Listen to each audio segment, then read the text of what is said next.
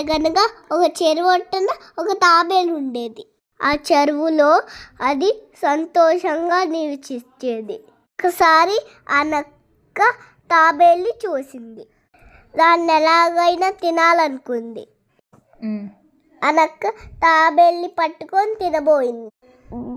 ఆ తాబేలు రక్షించుకోవడానికి డిప్పలోకి వెళ్ళిపోయింది. తాబేలు డిప్ప గట్టిగా ఉండటం వల్ల నక్క దాన్ని కొరకలేకపోయింది. తాబేలు ఒక ప్లాన్ ఆలోచించింది.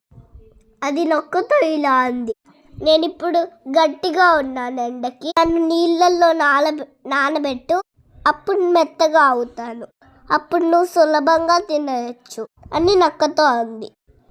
నక్క దాన్ని వెంటనే నీళ్ళలోకి విడిచిపెట్టింది. తాబేలు ఈదుకుంటూ నీళ్ళలో వెళ్ళిపోయింది. పాపం నక్క ఆహారాన్ని దొరకకుండా ఏడుస్తుంది.